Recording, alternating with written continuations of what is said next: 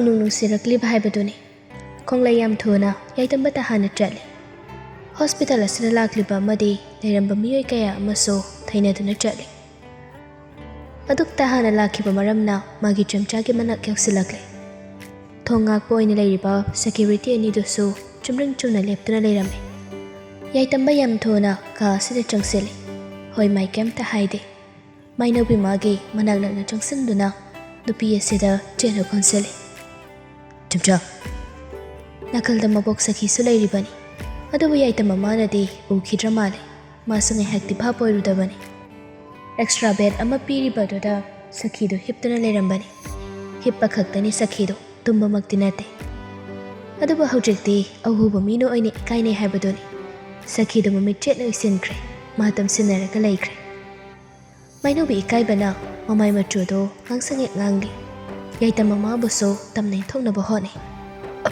ꯑꯪꯍꯥ ꯃꯕꯣꯛ ꯂꯩꯔꯤ ꯍꯥꯏꯕꯒꯤ ꯃꯇꯥꯗ ꯃꯥꯏꯅꯧꯕꯤ ꯏꯪꯒꯤꯠ ꯑꯃ ꯄꯤ ꯌꯥꯏꯇꯝꯕ ꯒ꯭ꯌꯥꯟ ꯄꯣꯞ ꯇꯥꯏ ꯀꯣꯟꯁꯤꯜꯂꯤꯕ ꯑꯗꯨ ꯈꯪꯊꯥ ꯊꯥꯗꯣꯛꯏ ꯁꯈꯤꯗꯨ ꯎꯔꯝꯂꯗ꯭ꯔ ꯈꯟꯕꯅꯤ ꯌꯥꯏꯇꯝꯕ ꯃꯥꯁꯨ ꯏꯀꯥꯏꯔꯤ ꯃꯀꯣꯛ ꯈꯣꯠꯇꯨꯅ ꯈꯥꯡꯂꯤ ꯃꯥꯏꯅꯧꯕꯤ ꯅꯣꯛꯁꯤ ꯀꯗꯥꯏ ꯁꯥꯎꯁꯤ ꯀꯗꯥꯏ ꯍꯥꯏꯐꯝ ꯇꯧꯐꯝ ꯑꯃ ꯈꯪꯗ ꯅꯨꯄꯥ ꯑꯁꯤꯗ ꯄꯩꯅ ꯌꯦꯡꯂꯤ ꯃꯔꯥ ꯂꯩꯔꯕ ꯑꯃꯒꯨꯝ ꯌꯥꯏꯇꯝꯕ ꯌꯥꯝ ꯇꯣꯟꯊꯥꯅ ꯃꯥꯏꯅꯧꯕꯤ ꯃꯉꯣꯟꯗ ꯇꯒꯨꯞ ꯇꯒꯨꯞ ꯌꯦꯡꯖꯔꯤ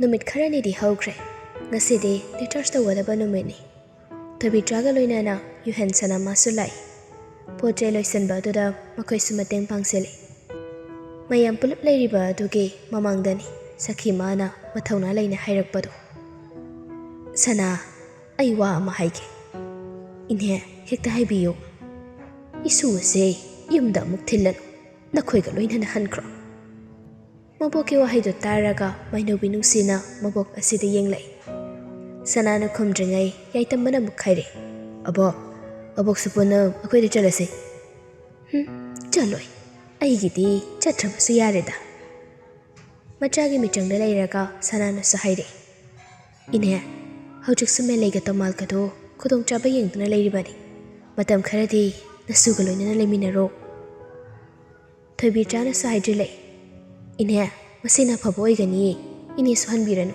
ꯑꯩꯈꯣꯏꯒꯗꯃꯛ ꯄꯨꯟꯅ ꯂꯩꯔꯁꯤ ꯑꯩꯈꯣꯏꯅ ꯃꯥꯏ ꯄꯥꯛꯇꯕ ꯌꯥꯗꯕꯅꯤ ꯏꯅꯦ ꯃꯌꯥꯝ ꯆꯪꯗꯅ ꯍꯥꯏꯖꯤꯜꯂꯛꯄ ꯑꯁꯤꯗꯗꯤ ꯁꯈꯤ ꯃꯥꯁꯨ ꯈꯨꯝꯐꯝ ꯑꯃ ꯈꯪꯗꯦ ꯑꯍꯜ ꯂꯣꯏꯁꯤꯜꯂꯛꯄ ꯍꯥꯏꯕꯗꯨ ꯑꯣꯏꯕꯅꯤꯅ ꯁꯈꯤꯁꯨ ꯃꯌꯨꯝ ꯊꯥꯗꯣꯛꯄ ꯄꯥꯝꯗꯦ ꯀꯔꯝ ꯇꯧꯁꯤꯒꯦ ꯍꯥꯏꯗꯨꯅ ꯁꯈꯤꯗꯨ ꯀꯟꯅ ꯈꯟꯖꯥꯟꯅꯔꯤ ꯅꯤꯡꯉꯥꯏ ꯑꯃ ꯍꯦꯛ ꯀꯟꯅ ꯁꯅꯥꯅꯁꯨ ꯍꯥꯏꯔꯛꯏ ꯏꯅꯦ ꯍꯟꯕꯤꯈ꯭ꯔꯅꯨꯀꯣ ꯋꯥꯔꯤꯗꯨ ꯂꯣꯏꯁꯤꯜꯂꯛꯅꯕ ꯊꯣꯏꯕꯤꯆꯥ ꯃꯥꯅꯁꯨ ꯍꯥꯏꯔꯛꯏ ꯏꯅꯝꯃ ꯗꯣꯛꯇꯔ ꯑꯃꯨꯛꯇꯪ ꯎꯅꯊꯣꯛꯁꯤꯔꯥ ꯎꯅꯁꯤ ꯊꯣꯛꯑꯁꯤ ꯂꯥꯛꯑꯣ ꯎꯔꯩ ꯄꯥꯂꯩ ꯑꯃ ꯇꯧꯔꯒ ꯊꯣꯏꯕꯤꯆꯥ ꯑꯃꯗꯤ ꯁꯅꯥꯗꯨ ꯊꯣꯛꯈ꯭ꯔꯦ ꯃꯃꯥ ꯊꯣꯛꯈ꯭ꯔꯕ ꯃꯇꯨꯡ ꯌꯥꯏꯇꯝꯕ ꯑꯃꯨꯛꯀ ꯍꯟꯖꯤꯟꯅ ꯃꯕꯣꯛ ꯁꯈꯤꯗ ꯍꯥꯏꯔꯛꯏ ꯑꯕꯣꯛ ꯑꯩꯈꯣꯏꯒ ꯆꯠꯈ꯭ꯔꯁꯤꯀꯣ ꯎꯄꯥꯏ ꯂꯩꯃꯜꯂꯛꯇ꯭ꯔꯕ ꯃꯥꯜꯂꯤ ꯁꯈꯤ ꯃꯥꯅꯁꯨ ꯍꯥꯏꯔꯛꯏ ꯍꯣꯏ ꯅꯈꯣꯏꯅ ꯐꯅꯤ ꯍꯥꯏꯕꯗꯣ ꯃꯗꯨ ꯑꯗꯨꯝ ꯌꯦꯡꯉꯁꯤ ꯌꯥꯏꯇꯝꯕ ꯍꯔꯥꯎꯖꯩ ꯅꯣꯛꯂꯤꯕ ꯃꯤꯅꯣꯛ ꯑꯗꯨꯅ ꯃꯥꯏꯅꯧꯕꯤ ꯃꯉꯣꯟꯗꯁꯨ ꯑꯣꯟꯁꯤꯜꯂꯤ ꯂꯦꯝꯖꯗꯦ ꯍꯥꯏꯕꯒꯤ ꯃꯇꯥꯗ ꯃꯥꯏꯅꯧꯕꯤ ꯃꯃꯤꯠ ꯃꯅꯥꯗꯨ ꯁꯨꯛꯂꯞ ꯇꯧꯅ ꯅꯨꯄꯥ ꯑꯁꯤꯗ ꯌꯦꯡꯂꯤ ꯇꯧꯅꯔꯤꯕ ꯑꯅꯤꯗꯨꯒꯤ ꯃꯇꯧꯗꯨ ꯌꯨꯍꯦꯟ ꯁꯅꯥꯃꯥꯅꯁꯨ ꯎꯔꯤꯕꯅꯤ ꯌꯨꯍꯦꯟꯗꯨ ꯈꯔ ꯅꯨꯡꯉꯥꯏꯇꯕ ꯐꯥꯎꯅ ꯏꯆꯦ ꯐꯖꯅ ꯍꯜꯂꯨꯀꯣ ꯍꯛꯆꯥꯡꯁꯨ ꯌꯥꯝ ꯊꯨꯅ ꯀꯟꯈꯠꯄ ꯑꯣꯏꯔꯣ ꯌꯨꯍꯦꯟꯒꯤ ꯋꯥꯍꯩꯗꯨ ꯇꯥꯔꯒ ꯌꯥꯏꯇꯝꯕꯅ ꯑꯃꯨꯛ ꯊꯨꯅ ꯍꯪꯂꯛꯏ ꯀꯩꯅꯣ ꯅꯪꯁꯨ ꯑꯩꯈꯣꯏꯗ ꯄꯨꯟꯅ ꯆꯠꯇꯣꯏ ꯅꯠꯇ꯭ꯔꯣ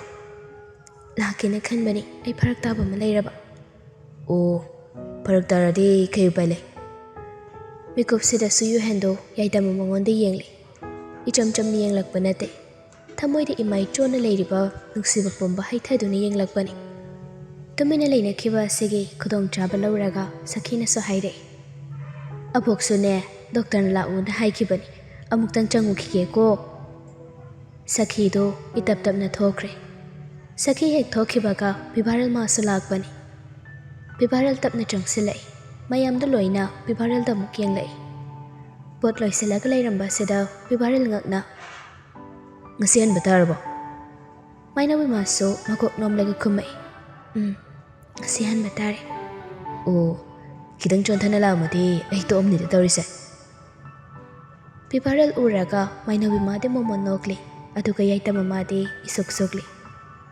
ꯃꯔꯝꯗꯤ ꯌꯥꯏꯇꯝꯕ ꯈꯪꯉꯤ ꯄꯤꯕꯥꯔꯦꯜ ꯃꯥꯅ ꯃꯥꯏꯅꯧꯕꯤꯕꯨ ꯅꯨꯡꯁꯤꯖꯩ ꯍꯥꯏꯕꯁꯤ ꯌꯥꯏꯇꯝꯕ ꯃꯌꯦꯛ ꯁꯦꯡꯅ ꯈꯪꯉꯤ ꯋꯥꯍꯩ ꯑꯣꯏꯅ ꯍꯥꯏꯅꯈꯤꯕꯗꯤ ꯂꯩꯇꯦ ꯅꯨꯄꯥ ꯃꯁꯦꯜ ꯑꯣꯏꯕ ꯃꯔꯝꯅ ꯏꯪꯒꯤꯠ ꯏꯔꯥꯡꯗ ꯈꯪꯅꯈꯤꯕꯅꯤ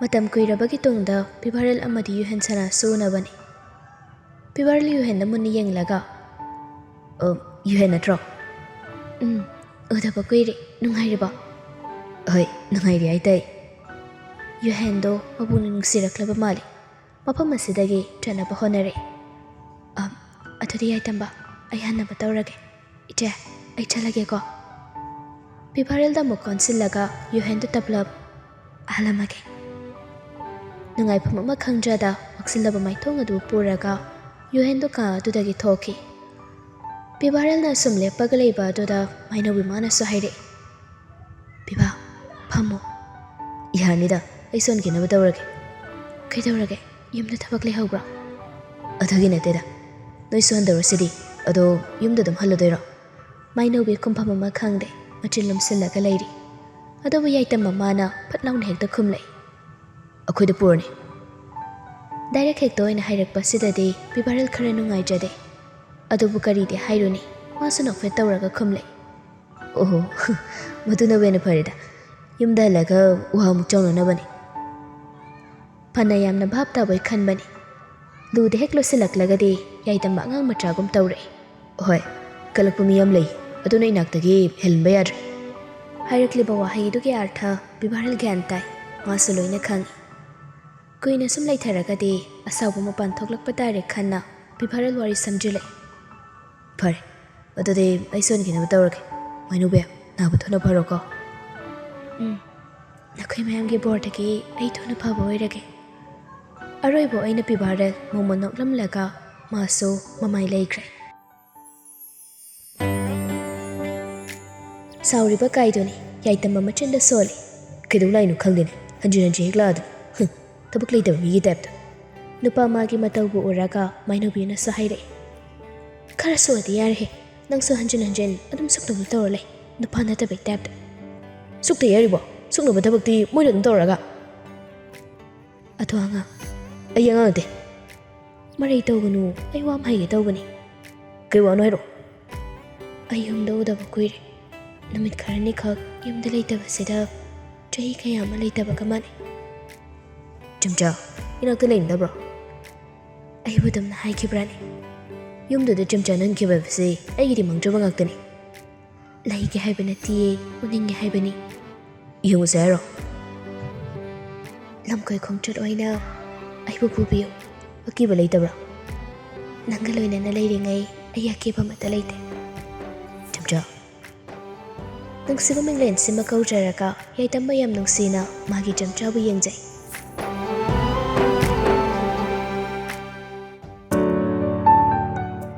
ꯁꯣꯝꯗꯅ ꯊꯃꯣꯏ ꯂꯥꯏꯃꯟ ꯑꯣꯏꯔꯕ ꯄꯤꯕꯥꯔꯦꯜ ꯃꯥꯁꯨ ꯊꯋꯥꯏ ꯑꯗꯨꯛ ꯅꯨꯡꯉꯥꯏꯇꯅ ꯊꯣꯛꯂꯛꯄꯅꯤ ꯀꯞꯂꯤꯕ꯭ꯔꯥ ꯈꯪꯗꯦ ꯑꯍꯥꯡꯕ ꯁꯤꯠ ꯑꯃꯗ ꯌꯨꯍꯦꯟꯗꯣ ꯅꯥꯏꯇꯣꯝ ꯑꯣꯏꯅ ꯐꯝꯂꯒ ꯂꯩꯔꯝꯃꯤ ꯃꯇꯧꯗꯨ ꯎꯔꯒ ꯄꯤꯕꯥꯔꯦꯜ ꯏꯉꯛꯉꯛꯅ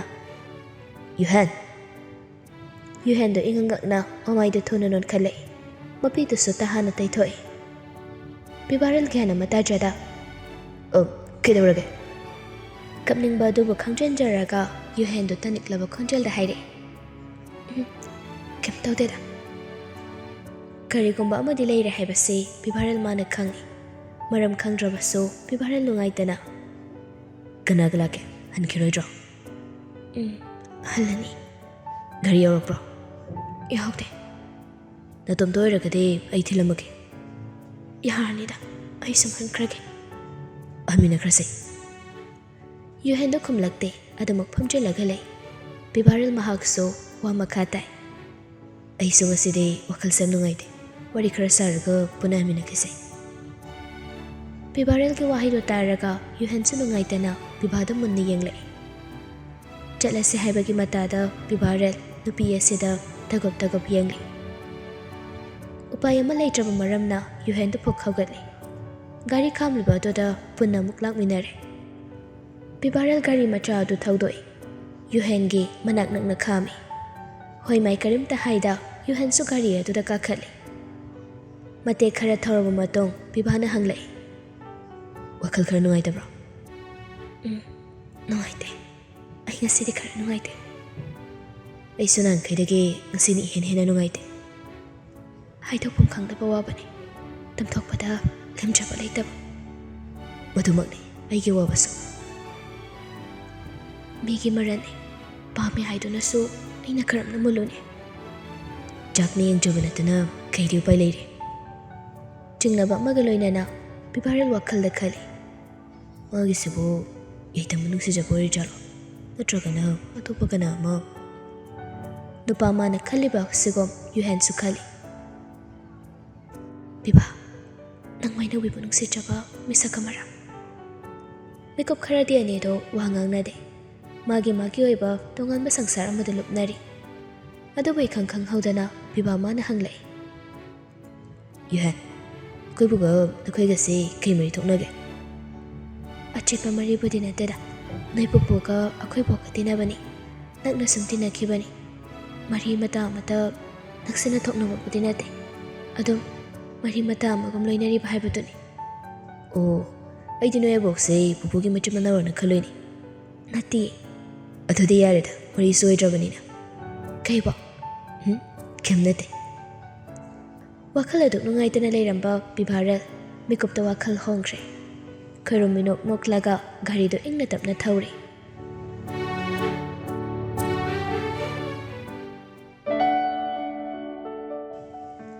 Numidang wairam asida lekai ki machintong bimauna ha anikag miwangang na duna kun gilerak aduda jali. Iche, haujikan matam say pura mata maniko tahay uhay da pangakali tawrisi. Kana mo kay dawrage niya. Ho kanagi na tiye may ibe magiwari ni dana. Hay kumdana madoy nupido onthok na sapat kirde ni layma. Mama mapalay chadraba ngang duda kusira sini niya mani hekta tawrise. Luhong ni hay dana su may ki mayunda toy na lakpa. May ki masung mumanabado maduway na mali niya. Anobi so doktor da layri hay na tayo niya. Ho adu ni nupa machado pula amdradi niya anobi ki matay bumangam gani. Nupa macha haibu kanano. Hera, makhalay kaigi iche sanagi macha nupado ni dana. O, angang masel suya na jaba madudoy na laiki bato na parida. Iche be masanaga taibu ngo salay na sunya anaw bibu yara mali. Laksila ni hay na sutay. Pare, madudi yang parabani ko. Masida isida magi malay hay binupi sina. Kiyas nung gaso taw hot na rimali na. Is, kaya da nga minuye unihi. Sel khara pamagdana ne sel law na ba tawboy ramgani. Ho luhong ni haidana tawrise sel law thoga sinbo iramgani. Aduna hujikti nupa mayumdagi sel bu thawba horamani. Anaw bina nupa amagi manakta laikhrabani na. Khangdra bema gyan kam tadre. Tawriba kumhay mayam se yangbada kalu haidoni. Mauna ha amado chaplepi karigomba ama uraba male. Ite may legi thongalda gari ama khami se asibu. Haima, kami ni. Asinu pa to ki gari ni da. Kani dije. Nasi dine munna mutang yang thokse. Hoi ne. Yum do da kana lay basunate tomal phangi thawak chalam gani. La oije. Amutang yang thokse. Melay makhoi ki thongal tamna ani do changseli. Sambalay marum aduda layraga mangola domda midyang thamlakpani. Koireng amadi melay tumina wari tawribado makhoi sulap na uri. Ngaihak wari tawrulba matong ani do imong do changsinkre. Aduga thong ado so lonchan khibagum tawi. Uriba matawa aduda mauna hado mathabak yairaga. Imay pima kari matong ni geside. Ay kanara imay bel sin taklusi. Maru kok na ganya sunu yang tega daw bani. Chasi tuna chalo. Melay na koireng bo imong do puseli karigino khangde. Ngasi de koireng so mawang matawi. Thong ado so tapna lonseli. Mataw do uraga melay do ngakna. Kay dawre thong amuk lonseli dia. Karimte hek khandaba saraga koireng do icham na khumlay. Arubu wari ni mi tahan biya wanade. Melay sa thoy na khanjilude wari makha chathana bahone. Koireng matamne sum haujangki. Haujak kay daw si haibano. Nakoy manadi kari hairiba. Ima deo jikso asaw bandaba na trida. Wari sana bayadre. Miyama mangda chopay kaiba nangali ay dana wari ka phasana sanaba yaba nate imana na khoide chatke soi nang bungang adubo aina thingmani lan bagi puti aini randa lalaban ni tawrise khangdre daisu kari haiga dawbano nang na gaigi landoino nang landeda phagi dagi luhong base kai dawra maleda luhong ba kaira kai dawra ai toina khandeda adugi da makta nang matha sarun aina nangondagi lokseliba paisa mayam sega as aibu adugi bu kaino aigi apamba nangna makok pira loire karino nangna pamise koireng du wangang de hautaba mityeng ama melai di yengba haurai melai du khautak chai koireng da hangoi ba phauna phamam ai chalo lake melai du phuk khaugatli adubu koireng na ta phakre mataw adu da melai du yamna ngakna koireng nangna toisa kaino ai bu kai dokhrage pakat kanu kanamtana khangadaw nate koireng ai adu kamano pinate ai bu iya yabi oina ubro uduna boy sunangonda haijaridana ayaba lawridana koireng matang chap chana thong adu buthile nupi amana sulawraklami hai thokse yam tuna hango mi yamna tinba mali mi mayam amagi khonjesu tari melai amadi koireng mamit mana chap yungkhatle akanba khonjalda nupa amana sulawre hai thong hangwa benine melai du mi paibata loikre karam tawraga nanthokani ngasidi melai upai laikhidre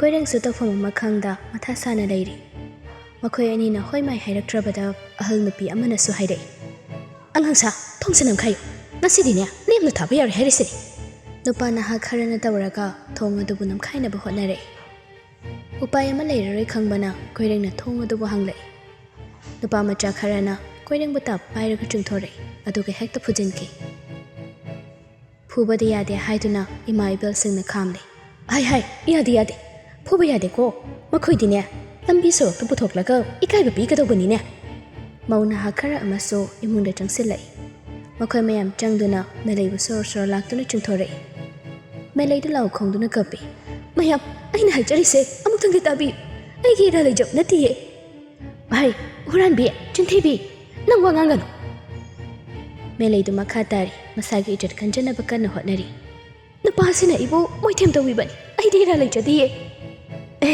masi ontong wangang khreda ase hairaga melai machina duda kopang hekta thajinki mafam aduda tilliba mayam ado melai gi michang amata yaukhide melai gi makun khangba ngakta oina thongkhre nupi amana muk haire kati pura uni noibo nei pareng amasune thorang to melai do makut ani lonaraga ahal sing aduda phanakan na haije adubu melai gi wado kana amana thawabide masana tawjabana masana phangjaba haibadone matang asida yaitamba mana mainobi puduna lakhibani sumangda miyam ama tinba asida ani do khonglei khara thuna changsele andam chamelai gi oiramleba phibam asebu obada mainobi pakhatna melai gi manang nakna changsillaga kari no hangnaba hone adubu changkhino haibagi ngita yaitamba mana chumcha mainobi chaplepi nupa asida taruna yenglai mainobi mabu uraga melai du kaptuna haijare anobi nangai bu kallo nangai bu takalu ne nang nandom chai bu nuksiter bro aina khoidi yam lan kre anobi ichagi apambada ayam khana yetla roye ayam lan kre thamoi naugan binupini mainobi pukning nungsire mitlu de ira thanglai yaitamba pakhatle minungse chawbi nupi asena melai magi mitangda leikhi gadra khana makhoi ani de yenglaga ahal nupi amana so haina haire anobi sigamba phibam asida nakhoi chonthana le heningde koine sum leithaba taragadi nakhoi gina mai khurakani nakhoi hankhina bado mau amana so mukhaire anobi ichadi landabani ichadi gyan loksing leibani poloi dade achumbana mai pa I haibado ngasidi chana miyamda khanghalidana chalu sida koine leithagan mayam nangang lebado mainobi thoina tasandaba kum tawi melai magi manakta mainobi itap tapna changsile mainobi mana khalliba sikari no haiba yaitamba gyan tade nupi asigi pukning on khrabra khanna mi paiba su phaujari ꯐꯠꯇꯕ ꯊꯕꯛ ꯀꯌꯥ ꯑꯃ ꯇꯧꯔꯨꯔꯒ ꯉꯁꯤꯗ ꯒ꯭ꯌꯥꯟ ꯇꯥꯔꯛꯄꯤ ꯃꯦꯂꯩ ꯃꯥꯁꯨ ꯃꯥꯏꯅꯧꯕꯤꯗ ꯑꯣꯟꯁꯤꯜꯂꯒ ꯑꯅꯧꯕꯤ ꯏꯆꯥꯒꯤ ꯃꯐꯝꯗ ꯑꯩ ꯌꯥꯝ ꯂꯥꯟꯈ꯭ꯔꯦꯅꯤ ꯑꯅꯧꯕꯤ ꯄꯤꯁꯛ ꯄꯤꯛꯂꯤꯉꯩꯗꯒꯤ ꯍꯧꯅ ꯃꯟꯗꯣꯟ ꯏꯕꯦꯝꯃ ꯃꯦꯂꯩꯅ ꯃꯥꯏꯅꯧꯕꯤ ꯃꯥꯕꯨ ꯑꯣꯜꯂꯛꯄ ꯀꯌꯥꯗ ꯇꯥꯊꯤꯅ ꯇꯧꯔꯛꯄ ꯏꯃꯨꯡ ꯑꯁꯤꯗ ꯃꯦꯂꯩꯅ ꯆꯠꯊꯔꯤꯕ ꯑꯔꯥꯟꯕ ꯊꯕꯛ ꯀꯌꯥ ꯑꯗꯣ ꯃꯥꯏꯅꯧꯕꯤ ꯃꯥꯒꯤ ꯃꯃꯤꯠꯇ ꯉꯁꯤꯗꯤ ꯂꯣꯏꯅ ꯎꯔꯛꯂꯝꯃꯤ ꯃꯦꯂꯩ ꯃꯥꯒꯤ ꯃꯅꯥꯛꯇ ꯑꯍꯜ ꯅꯨꯄꯤ ꯑꯃ ꯂꯦꯞꯄꯤ ꯃꯈꯨꯠꯇ ꯀꯥꯇꯤ ꯑꯃꯁꯨ ꯄꯥꯏꯕꯣꯛꯏ ꯑꯍꯜ ꯑꯗꯨꯒꯤ ꯃꯈꯨꯠꯇꯒꯤ ꯀꯥꯇꯤ ꯑꯗꯨꯕꯨ ꯊꯨꯅ ꯃꯨꯜꯂꯤ ꯇꯝꯅꯕ ꯀꯅꯪꯍꯧꯗꯦ ꯃꯦꯂꯩꯒꯤ ꯃꯁꯝ ꯑꯗꯨꯕꯨ ꯃꯥꯏꯅꯧꯕꯤ ꯃꯥꯅ ꯀꯛꯊꯠꯄ ꯍꯧꯔꯛꯂꯦ ꯂꯩꯔꯤꯕ ꯃꯌꯥꯝ ꯑꯗꯨꯁꯨ ꯈꯥꯝꯂꯨꯗꯦ ꯍꯦꯟꯅ ꯑꯗꯨꯝ ꯀꯂꯛꯄꯦꯅ ꯌꯦꯡꯅꯔꯤ ꯑꯁꯨꯛ ꯌꯥꯝꯅ ꯊꯧꯅꯥ ꯐꯈꯤꯕ ꯃꯥꯏꯅꯧꯕꯤ ꯃꯥꯒꯤ ꯃꯇꯧꯕꯨ ꯎꯔꯒ ꯌꯥꯏꯇꯝꯕꯗꯤ ꯌꯥꯝꯅ ꯉꯛꯈ꯭ꯔꯦ ꯃꯥꯏꯅꯧꯕꯤ ꯃꯥꯒꯤ ꯃꯁꯥꯗꯣ ꯋꯥꯔꯧꯕ ꯑꯃꯗꯤ ꯁꯥꯎꯅꯤꯡꯕꯅ ꯃꯁꯥ ꯄꯨꯝꯃꯛ ꯐꯨꯟꯒꯠꯂꯤ ꯃꯄꯤꯁꯨ ꯇꯞꯅ ꯇꯥꯔꯛꯂꯝꯃꯤ ꯃꯔꯥꯜꯇꯅ ꯌꯣꯝꯂꯕꯤ ꯃꯦꯂꯩ ꯀꯞꯄ ꯅꯠꯇꯅ ꯎꯄꯥꯏ ꯂꯩꯈꯤꯗꯦ ꯑꯍꯦꯟꯕ ꯋꯥꯍꯩ ꯑꯃ ꯃꯆꯤꯟꯗꯒꯤ ꯍꯥꯏꯕꯁꯨ ꯉꯝꯖꯗꯦ ꯃꯥꯏꯅꯧꯕꯤ ꯃꯥꯁꯨ ꯂꯥꯏꯃꯟ ꯀꯥꯡꯖꯔꯦ ꯃꯈꯨꯠꯇ ꯄꯥꯏꯔꯝꯕ ꯀꯥꯇꯤ ꯂꯩꯃꯥꯏꯗ ꯊꯨꯅ ꯊꯥꯗꯩ ꯑꯗꯨꯒ ꯃꯥꯏꯅꯧꯕꯤ ꯃꯃꯥꯏ ꯂꯩꯈ꯭ꯔꯦ ꯃꯐꯝ ꯑꯁꯤꯗꯒꯤ ꯊꯣꯛꯅꯕ ꯍꯣꯠꯅꯩ ꯊꯣꯡꯒꯥ ꯂꯩꯔꯤꯕ ꯑꯗꯣꯝꯗ ꯆꯨꯝꯗ꯭ꯔꯤꯡ ꯊꯣꯛꯈ꯭ꯔꯦ ꯌꯥꯏꯇꯝꯕꯁꯨ ꯊꯨꯅ ꯇꯥꯟꯅꯔꯤ ꯆꯝꯆꯥ ꯃꯥꯏꯅꯧꯕꯤ ꯂꯦꯞꯇꯦ ꯇꯨꯃꯤꯟꯅ ꯑꯗꯨꯃꯛ ꯆꯠꯂꯤ ꯃꯥꯅ ꯆꯠꯂꯤꯕꯗꯣ ꯀꯟꯅ ꯆꯠꯄꯃꯛꯁꯨ ꯅꯠꯇꯦ ꯆꯝꯆꯥ ꯍꯥꯏꯁꯦ ꯋꯥ ꯉꯥꯡꯅꯕꯒꯤ ꯃꯊꯧ ꯇꯥꯕ ꯅꯠꯇꯦ ꯅꯨꯄꯥ ꯃꯥꯒꯤ ꯈꯨꯗꯥꯡꯕꯨ ꯃꯥꯏꯅꯧꯕꯤꯅ ꯇꯥꯞ ꯄꯥꯏꯈ꯭ꯔꯦ ꯑꯗꯨꯒ ꯆꯤꯡꯂꯒ ꯆꯠꯂꯤ ꯌꯥꯏꯇꯝꯕ ꯁ꯭ꯋꯥꯏ ꯂꯥꯎꯏ ꯃꯃꯤꯠ ꯑꯅꯤꯗꯨ ꯂꯪꯈꯠꯅ ꯅꯨꯄꯤ ꯑꯁꯤꯗ ꯌꯦꯡꯂꯤ ꯊꯧꯅꯥ ꯌꯥꯝꯅ ꯐꯔꯛꯄ ꯑꯁꯤꯗ ꯍꯔꯥꯎꯕꯁꯨ ꯑꯃꯨꯛ ꯐꯥꯎꯔꯤ ꯒꯥꯔꯤ ꯃꯅꯥꯛ ꯌꯧꯔꯛꯂꯦ ꯒꯥꯔꯤꯒꯤ ꯊꯣꯡ ꯑꯗꯨ ꯐꯥꯎꯕ ꯃꯥꯏꯅꯧꯕꯤ ꯃꯥꯅ ꯍꯪꯕꯤꯔꯛꯏ ꯀꯥꯔꯣ ꯆꯦ ꯆꯠꯂꯁꯦ ꯑꯉꯥꯡ ꯑꯅꯤꯗꯣ ꯒꯥꯔꯤꯗ ꯀꯥꯈ꯭ꯔꯦ ꯅꯨꯄꯤ ꯑꯁꯤꯒꯤ ꯑꯄꯥꯝꯕ ꯃꯇꯨꯡ ꯏꯟꯅ ꯌꯥꯏꯇꯝꯕ ꯒꯥꯔꯤ ꯊꯧꯈ꯭ꯔꯦ ꯑꯅꯤꯗꯨ ꯍꯦꯛ ꯆꯠꯈꯤꯕꯒ ꯃꯈꯨꯔꯥ ꯇꯣꯃꯥꯜꯁꯨ ꯌꯨꯝ ꯑꯁꯤꯗ ꯊꯨꯡꯂꯕꯅꯤ ꯒꯥꯔꯤ ꯃꯆꯥꯗꯨꯃꯒ ꯂꯣꯏꯅꯅ ꯇꯣꯃꯥꯜꯗꯨ ꯁꯨꯃꯥꯡ ꯇꯝꯅ ꯊꯧꯖꯤꯜꯂꯛꯄꯅꯤ ꯇꯣꯃꯥꯜꯗꯨ ꯒꯥꯔꯤ ꯊꯨꯅ ꯈꯥꯝꯃꯤ ꯑꯗꯨꯒ ꯄꯨꯔꯞ ꯆꯦꯟꯁꯤꯜꯂꯤ ꯃꯌꯥꯝ ꯀꯩꯗꯧꯕ ꯌꯧꯔꯒꯦ ꯑꯣ ꯇꯣꯃꯥꯜ ꯅꯪꯁꯨ ꯂꯥꯛꯑꯦꯗꯅ ꯅꯪꯁꯨ ꯌꯦꯡꯉꯨ ꯂꯥꯎ ꯂꯝꯆꯠ ꯅꯥꯏꯗꯕꯤꯁꯤꯡꯁꯦ ꯇꯣꯃꯥꯜꯗꯨ ꯂꯋꯥꯏ ꯁꯥꯠꯂꯤ ꯃꯌꯥꯝ ꯂꯩꯔꯤꯕ ꯑꯗꯨꯕꯨ ꯅꯝꯈꯥꯏꯔꯒ ꯃꯥꯁꯨ ꯂꯤꯠꯆꯜꯂꯤ ꯀꯣꯏꯔꯦꯡ ꯑꯃꯗꯤ ꯃꯦꯂꯩ ꯌꯥꯝꯅ ꯐꯤꯕꯝ ꯁꯣꯛꯅ ꯃꯌꯥꯝꯒꯤ ꯃꯌꯥꯏ ꯑꯁꯤꯗ ꯐꯝꯂꯒ ꯂꯩꯔꯝꯃꯤ ꯃꯦꯂꯩꯗꯨ ꯇꯞꯅ ꯍꯧꯒꯠꯂꯤ ꯑꯗꯨꯒ ꯃꯄꯨꯔꯣꯏꯕꯗ ꯅꯨꯡꯁꯤꯅ ꯌꯦꯡꯖꯩ ꯑꯩ ꯂꯥꯟꯗꯕꯅꯤ ꯑꯗꯨꯕꯨ ꯈꯪꯍꯧꯗꯦ ꯃꯦꯂꯩꯒꯤ ꯈꯖꯥꯏ ꯑꯁꯤꯗ ꯇꯣꯃꯥꯜꯒꯤ ꯊꯥꯈ꯭ꯔꯕ ꯈꯨꯄꯥꯛ ꯑꯗꯨꯅ ꯈꯪꯊꯥ ꯍꯦꯛꯇ ꯊꯥꯖꯤꯟꯈꯤ ꯑꯩꯗꯤ ꯅꯪꯒꯤ ꯃꯈꯥꯗ ꯂꯩꯕꯅꯤ ꯅꯪꯕꯨ ꯀꯟꯕꯒꯤ ꯊꯧꯅꯥ ꯑꯩꯒꯤ ꯏꯐꯝꯗ ꯂꯩꯇꯦ ꯋꯥꯍꯩꯁꯦ ꯍꯥꯏꯔꯝꯂꯒ ꯇꯣꯃꯥꯜꯗꯣ ꯌꯥꯝ ꯊꯨꯅ ꯏꯃꯨꯡꯗ ꯆꯪꯁꯤꯟꯈꯤ ꯑꯗꯨꯒ ꯊꯣꯡ ꯑꯗꯨꯕꯨ ꯂꯣꯟꯁꯤꯟꯈ꯭ꯔꯦ ꯏꯃꯥ ꯏꯕꯦꯜ ꯃꯌꯥꯝ ꯑꯃ ꯆꯪꯗꯅ ꯑꯅꯤꯗꯨ ꯀꯩꯅꯥ ꯀꯠꯊꯣꯛꯏ ꯃꯉꯛꯁꯝꯗꯁꯨ ꯂꯩ ꯄꯔꯦꯡ ꯍꯨꯛꯍꯟꯈ꯭ꯔꯦ ꯂꯩꯔꯛ ꯈꯨꯜꯂꯛ ꯀꯣꯏꯐꯥꯎ ꯐꯥꯎꯗꯨꯅ ꯄꯨꯔꯒ ꯃꯦꯂꯩ ꯑꯃꯗꯤ ꯀꯣꯏꯔꯦꯡꯕꯨ ꯌꯥꯝꯅ ꯆꯥꯎꯅ ꯏꯀꯥꯏꯕ ꯄꯤꯈꯤꯔꯝꯃꯤ ꯃꯦꯂꯩꯗꯨ ꯃꯦꯛ ꯂꯥꯎꯈꯤꯗ꯭ꯔꯦ ꯃꯁꯥꯒꯤ ꯃꯔꯥꯜ ꯃꯁꯥꯅ ꯌꯥꯖꯔꯦ ꯉꯛꯇ ꯍꯨꯛꯂꯤꯕ ꯂꯩ ꯄꯔꯦꯡ ꯑꯗꯨꯒ ꯂꯣꯏꯅꯅ ꯃꯦꯂꯩꯗꯨ ꯂꯝꯕꯤꯗ ꯆꯠꯂꯤ ꯃꯄꯤꯁꯨ ꯂꯦꯞꯄ ꯂꯩꯇ ꯇꯥꯔꯤ ꯃꯤꯀꯨꯞ ꯑꯗꯨꯗ ꯉꯛꯆꯥꯎ ꯊꯦꯛꯄꯤ ꯐꯠꯇ ꯂꯧꯁꯤꯡ ꯀꯟꯕꯤ ꯃꯦꯂꯩꯒꯤ ꯄꯨꯟꯁꯤꯁꯨ ꯂꯣꯏꯈꯤꯕꯒ ꯄꯥꯡꯈꯛ ꯑꯣꯏꯈ꯭ꯔꯦ ꯒꯥꯔꯤ ꯑꯁꯨꯝ ꯊꯧꯔꯝꯕꯗꯒꯤ ꯌꯥꯏꯇꯝꯕ ꯕ꯭ꯔꯦꯛ ꯈꯪꯐꯥ ꯐꯥꯏ ꯃꯥꯏꯅꯧꯕꯤ ꯈꯪꯄ꯭ꯔꯦꯛ ꯈꯪꯅ ꯀꯩꯗꯧꯔꯒꯦ ꯒꯥꯔꯤꯗꯨ ꯈꯔ ꯂꯩꯁꯤꯜꯂꯒ ꯈꯥꯝꯃꯤ ꯌꯥꯏꯇꯝꯕ ꯊꯨꯅ ꯀꯨꯝꯊꯈꯤ ꯑꯉꯥꯡ ꯀꯩꯗꯧꯔꯒꯦ ꯂꯩ ꯑꯃ ꯁꯥꯠꯂꯤꯌꯦ ꯑꯁꯤ ꯍꯥꯏꯔꯒ ꯌꯥꯏꯇꯝꯕ ꯈꯣꯡꯕꯥꯜ ꯂꯩꯔꯤꯕ ꯑꯗꯣꯝꯗ ꯆꯪꯁꯤꯟꯈꯤ ꯃꯥꯏꯅꯧꯕꯤ ꯃꯥꯁꯨ ꯇꯥꯍꯥꯅ ꯒꯥꯔꯤ ꯑꯗꯨꯗꯒꯤ ꯀꯨꯝꯃꯤ ꯌꯥꯏꯇꯝꯕ ꯌꯥꯝ ꯋꯥꯅ ꯂꯩ ꯑꯃ ꯍꯦꯛꯅꯕ ꯍꯣꯠꯅꯩ ꯃꯥꯏꯅꯧꯕꯤ ꯃꯥꯅ ꯈꯥꯝꯂꯤ ꯇꯥꯕ ꯇꯥꯔꯦ ꯂꯥꯛꯎ ꯃꯤ ꯅꯪꯕꯣ ꯅꯨꯄꯥꯗꯨ ꯑꯅꯝ ꯌꯥꯝꯅ ꯀꯜꯂꯤ ꯂꯩ ꯑꯗꯨꯕꯨ ꯅꯝꯗꯅ ꯍꯦꯛꯅꯕ ꯍꯣꯠꯅꯩ ꯀꯩꯗ ꯇꯥꯏ ꯂꯥꯗ ꯇꯥꯏ ꯍꯥꯏꯅ ꯌꯥꯏꯇꯝꯕ ꯏꯁꯤꯡ ꯑꯗꯨꯗ ꯇꯥꯁꯤꯜꯂꯤ ꯃꯈ꯭ꯋꯥꯡ ꯌꯧꯅ ꯆꯣꯠꯂꯤ ꯑꯅꯝꯕꯁꯨ ꯀꯟꯕꯁꯤꯕꯨ ꯀꯔꯤꯅꯣ ꯈꯟꯅ ꯃꯥꯏꯅꯧꯕꯤ ꯃꯃꯥꯏ ꯁꯨꯞꯂꯤ ꯂꯩ ꯃꯆꯥꯗꯨꯃ ꯍꯦꯛꯂꯒ ꯌꯥꯏꯇꯝꯕ ꯇꯞꯅ ꯀꯥꯔꯛꯏ ꯆꯝꯆꯥ ꯅꯪꯒꯤ ꯂꯩ ꯑꯩꯕꯨ ꯂꯩ ꯄꯤꯌꯨ ꯍꯥꯏꯈꯤꯕ꯭ꯔꯅꯤ ꯅꯪꯉꯣꯟꯗ ꯃꯁꯤꯒꯤ ꯂꯩꯁꯤ ꯊꯤꯕꯗꯅꯤ ꯑꯩꯅ ꯃꯐꯝ ꯈꯨꯗꯤꯡ ꯌꯧꯈꯤꯕꯗꯣ ꯑꯗꯨꯒꯗꯤ ꯏꯔꯥꯏ ꯂꯥꯏꯅ ꯃꯥꯅ ꯁꯤꯗ ꯍꯦꯛꯇ ꯁꯥꯠꯂꯝꯕ ꯌꯥꯕ꯭ꯔꯣ ꯅꯪꯅ ꯄꯥꯝꯗ꯭ꯔꯅꯤ ꯍꯦꯛꯄꯅꯤ ꯈꯣꯏꯗꯥꯅ ꯏꯐꯝꯗ ꯁꯤꯟꯅꯕꯅꯤ ꯑꯩ ꯅꯪꯒꯤ ꯂꯩꯁꯦ ꯑꯗꯨꯝ ꯂꯧꯒꯅꯤ ꯑꯗꯨꯕꯨ ꯑꯩꯒꯤꯗꯤ ꯑꯄꯦꯟꯕ ꯑꯣꯏꯈ꯭ರೆ ꯃꯈꯥ ꯇꯥꯅ ꯑꯁꯤꯒꯨꯝꯕ ꯂꯩ ꯑꯃ ꯅꯪꯒꯤ ꯅꯐꯝꯗ ꯄꯤꯌꯨ ꯍꯥꯏꯔꯔꯣꯏ ꯑꯩꯅ ꯃꯔꯝꯗꯤ ꯅꯨꯃꯤꯠꯇꯨꯗ ꯅꯪꯅ ꯃꯐꯝ ꯈꯨꯗꯤꯡ ꯆꯠꯂꯒ ꯊꯤꯈꯤꯕ ꯂꯩꯔꯪ ꯅꯥꯆꯣꯝꯗꯣ ꯉꯁꯤꯁꯨ ꯑꯩꯒ ꯂꯣꯏꯅꯗꯨꯅ ꯂꯩꯔꯤ ꯑꯩꯒꯤ ꯃꯣꯂꯪꯈꯥꯗ ꯆꯦꯛꯁꯤꯟꯅ ꯊꯝꯂꯤ ꯂꯩꯔꯥꯡ ꯑꯗꯨꯅ ꯂꯩꯃꯟ ꯆꯪꯈ꯭ꯔꯕꯁꯨ ꯀꯪꯗꯨꯅ ꯃꯥꯡꯈ꯭ꯔꯕꯁꯨ Leirang magi marudi aigi thamoi yaukrabani. Anauba pambi chonglaklani. Ningol legi thamoi ka chenda maka phana satlagani. Adudi che aisu wararoi ko. Awangbu jingdol karaga mabu sethayeroi. Kadai leidu piro. Si chilaura. Yade. Masidi taraina phangba leirangni. Nachomgi magun mangkini. Numit adugi nachombu mana mahutsanba yabro. Yaitama momo noi magi chamchaba nuksini yengli. Lakna boy kaiwai maina wimana so haire. Adudi chalasira daya. Ha, kaiba. Chalasira ba. Adunade. Dat harawi ka tawdana. Kaurambado henmali. Pata ko ibungo. Mingaw haisidi matang matam na purak ka tawbani. Karamo matam na purak diba? Lohong pagi ahingda. Wahai se mahairam laga mainubi mamai laikre.